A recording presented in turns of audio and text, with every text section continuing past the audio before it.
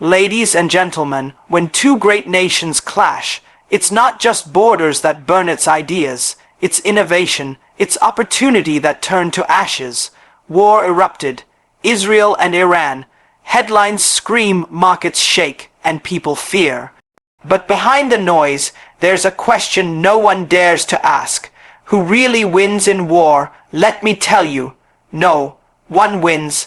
Bombs don't build futures. Missiles don't raise children. And fear never wrote a business plan. I come from a place where survival taught us creativity, where challenges weren't enemies, they were invitations. Invitations to solve problems, to work harder, to dream bigger. That's the war we need today. A war on mediocrity, on laziness, on injustice. Not a war between nations. Every time two nations fire at each other, 1,000 startups go silent. 1 million students lose focus. The cost is not just in dollars, it's in dreams. Israel has built startups from the sand. Iran has raised poets from deserts. Both nations carry deep wells of genius, and yet, here we are watching creation turn to conflict. Listen to me. Power doesn't come from destroying. It comes from creating. If you want to lead the world, build something the world needs. Don't take down your neighbor. Lift up your generation. Look at the youth, the dreamers. They don't care about the next missile. They care about the next app, the next solution, the next clean energy breakthrough. They are not thinking like nations. They are thinking like humans, and this is what the future demands. The next war must be a war on poverty, on ignorance, on climate change. That is the only kind of war worth fighting. And I'll tell you this, in that war everyone can win. Ladies and gentlemen, when we look at the eruption of war between Israel and Iran, many rush to calculate who is stronger, who fired first, or who controls more territory. But few stop to ask, what is the real cost of this conflict? Not just the money spent on weapons or the cities reduced to rubble, but the cost of lost opportunity, of disrupted futures, of a generation robbed of its chance to build. War is not a show of strength. It is the most expensive decision any nation can make, not just in dollars, but in damaged minds, stalled economies, and broken trust. Conflict doesn't just destroy buildings, it destroys momentum. It pushes investment away, drains national budgets, and leaves scars that take decades to heal. No entrepreneur thrives under rocket fire. No student finds clarity when sirens scream. When we choose war, we silence voices that could be creating solutions, building businesses, and leading change. That silence is expensive, more expensive than any military operation, more costly than any sanctions. Peace, on the other hand, is one of the smartest investments a nation can make. Peace attracts ideas, capital, and talent. It lets young people focus on innovation, not survival. It opens the door for collaboration, trade, and shared progress. When countries cooperate, even if they don't agree, they open space for science, for startups, for education, for all the forces that move society forward. That kind of return can't be measured in the short term, but over time, it compounds like the most powerful interest. Israel has been a hub of innovation. Iran, despite constraints, has produced some of the region's top engineers, thinkers, and creatives. Imagine what both could achieve if their brightest minds were allowed to work together, rather than against each other. Imagine if the billions spent on weapons were redirected to clean energy, water technology, AI, or healthcare. We wouldn't just avoid war, we'd solve global problems. That's the real power. Peace is not weakness. It is strategy. It is leadership. And yes, it takes more courage to build than to destroy. But in building, you leave something behind that lasts. You don't need to love your neighbor to work with them. You just need to respect the future enough to protect it. This war is not just a regional issue. It shakes markets, delays progress, and reminds the world that old thinking still lingers. But the youth on both sides are not interested in repeating history. They want to build the future. Our job is to get out of their way, to stop wasting resources on conflict, and to start investing in peace. Not just because it's right, but because it's profitable. In every war, the loudest sounds are not the ones that do the most damage. It's not the explosion that truly cripples a nation, but the silence that follows. The silence in classrooms, in laboratories, in the minds of young people who no longer have space to imagine. As Israel and Iran continue down the path of conflict, it is not only lives being lost, it is innovation. Technology does not grow in fear. Ideas do not evolve under fire. War halts progress in ways that no embargo or regulation ever could. Every time a country chooses weapons over wisdom, it pushes itself a generation backward. The world today runs on knowledge, on code, on science, on collaboration. Nations that thrive are not those with the most tanks, but those with the best talent. And talent needs peace. You cannot research under rubble. You cannot create new technologies in a place where electricity is cut off, where minds are preoccupied with survival. War creates distance, not just between nations, but between possibility and reality. Israel, known for its technological leadership, and Iran, with its vast pool of scientific talent, both stand to lose far more than territory. They lose time. And in a world moving as fast as ours, time is the most valuable currency. While they fight, others build. While rockets fly, the rest of the world launches startups, patents new energy systems, develops AI tools, and writes the next chapter of global innovation. The battlefield does not forgive distraction. And war is the greatest distraction of all. We must understand that the tools of modern power are no longer missiles. They are microchips. They are clean energy grids. They are biotechnology labs, and none of these can function in war zones. Nations that invest in peace are investing in relevance. Those stuck in cycles of conflict fall behind, not because they lack intelligence, but because they suffocate it. The tragedy is that both Israel and Iran have the human capital to lead the region, even the world, in science, energy, and health innovation. But when conflict becomes the priority, universities are sidelined. Research loses funding. Collaboration shuts down. The world doesn't wait. Talent leaves, and when it does, it rarely returns.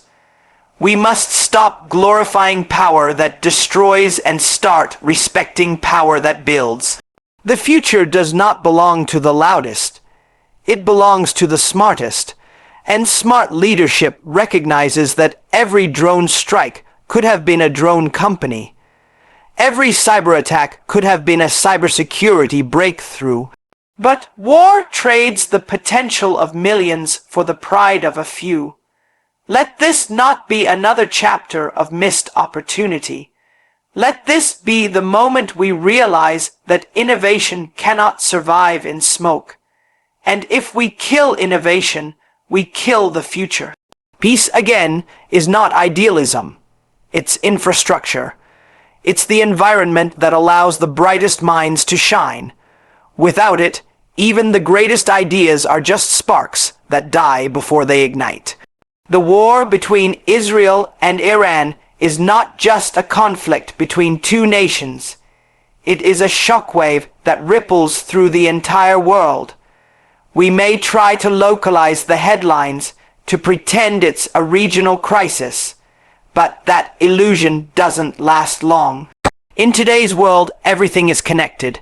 A missile fired in the Middle East can raise the price of bread in Africa, collapse investor confidence in Asia, and disrupt supply chains in Europe.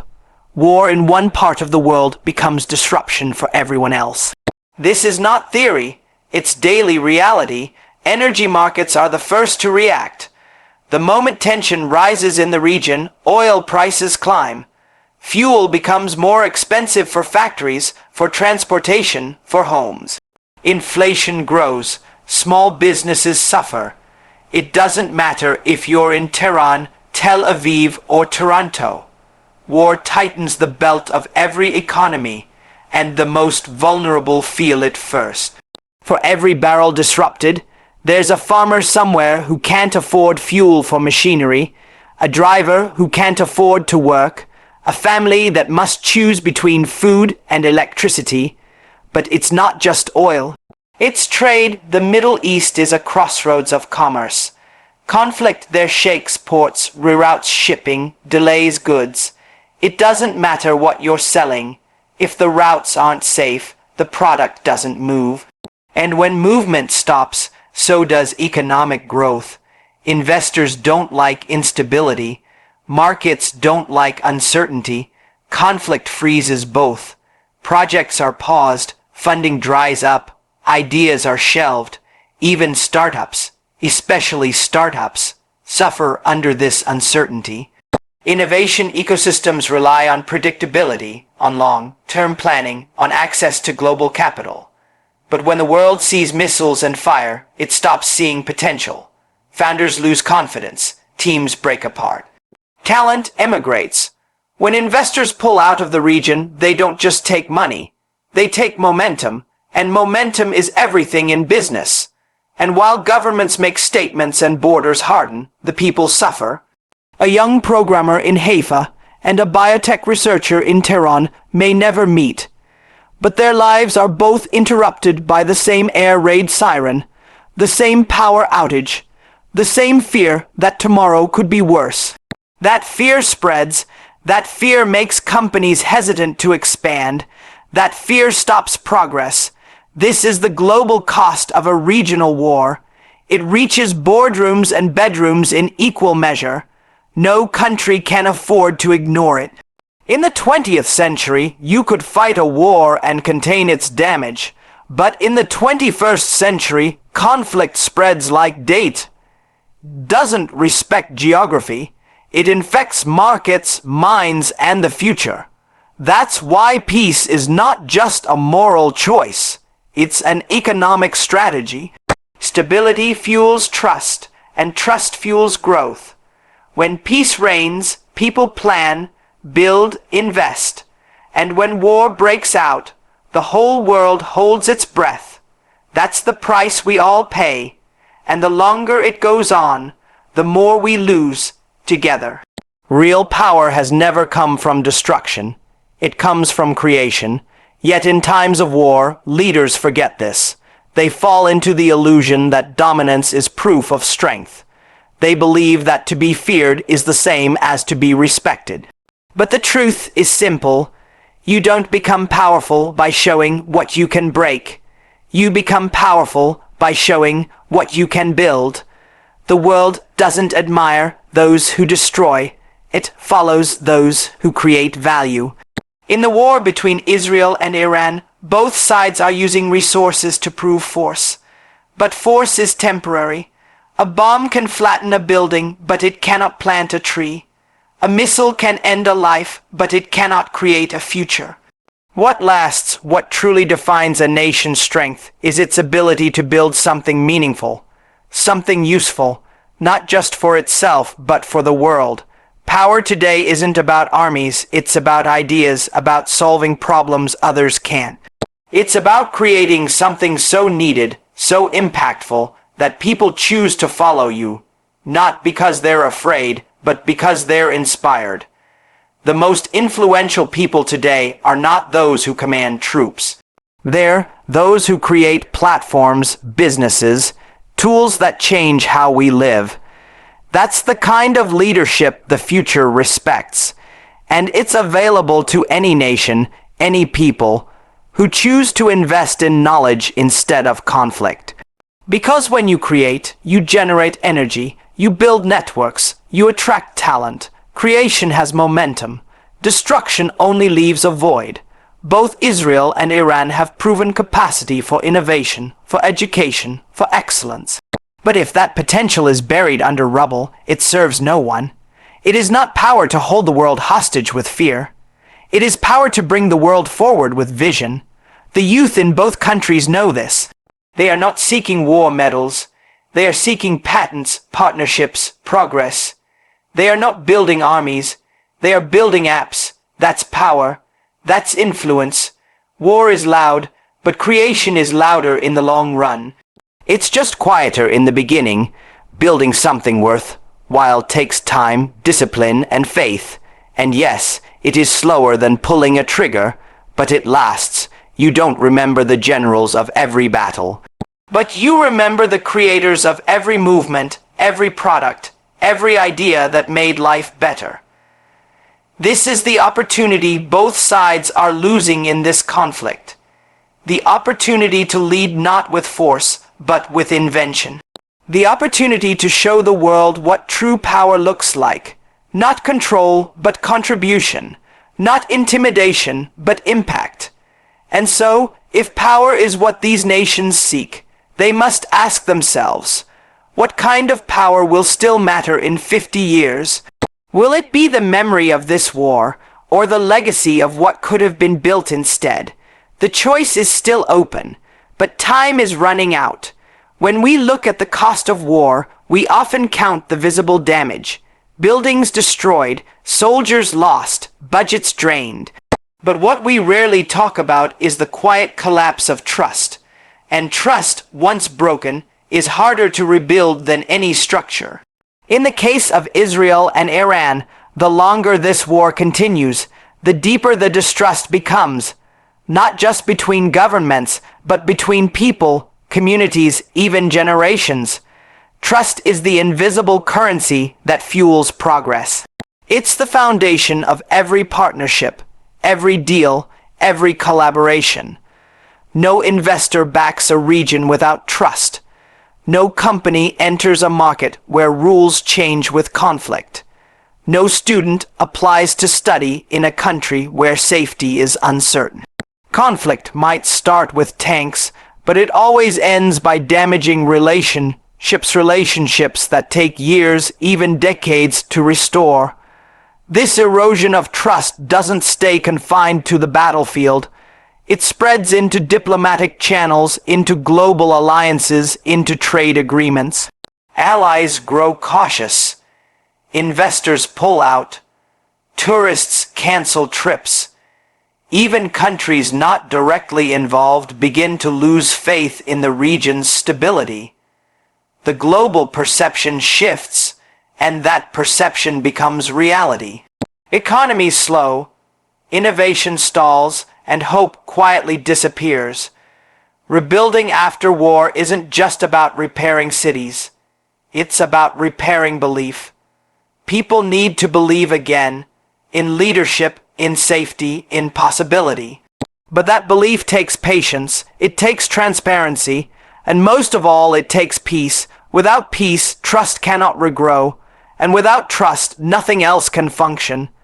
Even the most advanced infrastructure means nothing if people don't feel safe enough to use it. Even the most beautiful policy fails if no one believes it will be honored. Israel and Iran both have histories of brilliance, resilience, and cultural depth. But those qualities are now buried under suspicion. Peace efforts, if they ever begin, will face a mountain of doubt. Not just from world leaders, but from ordinary citizens who have watched their lives disrupted again and again. These people will ask, why should we believe this time is different? And unless there's genuine commitment to rebuilding trust, they won't. That's why peace is not a public announcement. It's a series of small, quiet steps: trade, education exchanges, joint development programs, cultural bridges. These are not dramatic, but they are essential. They are how you prove, not with words but with action, that trust is being restored, that the future matters more than the past, that the world can stop fearing what will come from this region and start looking forward to what it will contribute. Trust is fragile, but it's also powerful. It multiplies value, it reduces risk, it attracts innovation, It creates bonds that are stronger than treaties. In the end, if peace is the foundation, trust is the structure we build on top.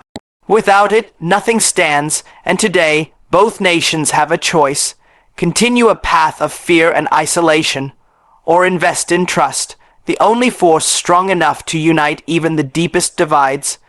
The tragedy of war is not only in the destruction it causes today, but in the futures it silently steals. In Israel and Iran, right now, there are millions of young people caught between the weight of history and the fire of the present. They did not choose this conflict, yet they are the ones who will carry its consequences longest.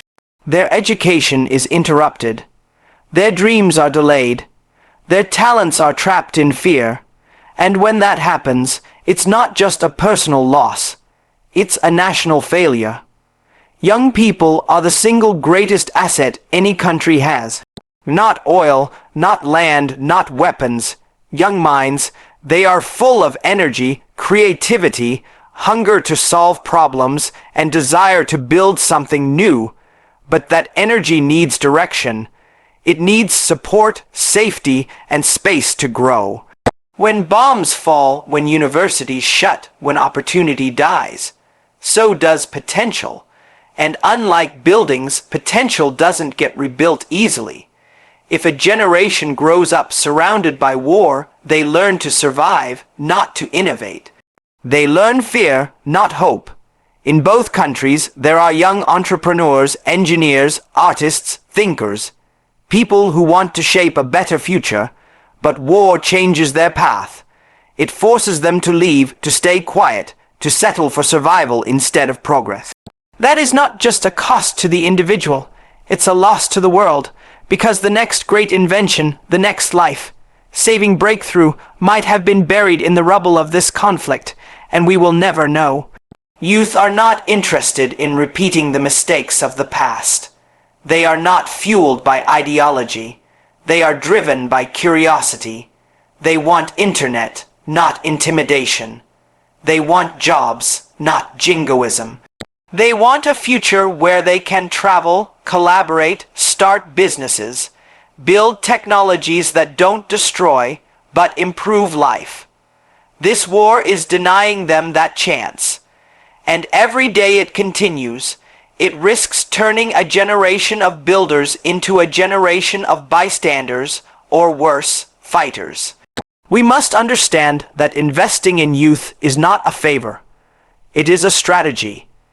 A country that does not create space for its young people to thrive is already writing its own decline. Peace is the only environment where the full potential of youth can unfold. It is the only path where curiosity is not seen as a threat, where questions are not punished, where new ideas can grow freely.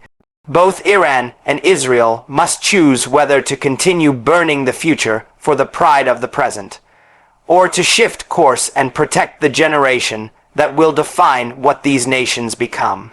Because the real legacy of any leadership is not what they say in times of conflict. It is what kind of world they leave behind for the next generation. The youth are ready. They want to lead, to build, to connect. All they need is for the guns to fall silent long enough for their voices to be heard. That is the real victory waiting to happen.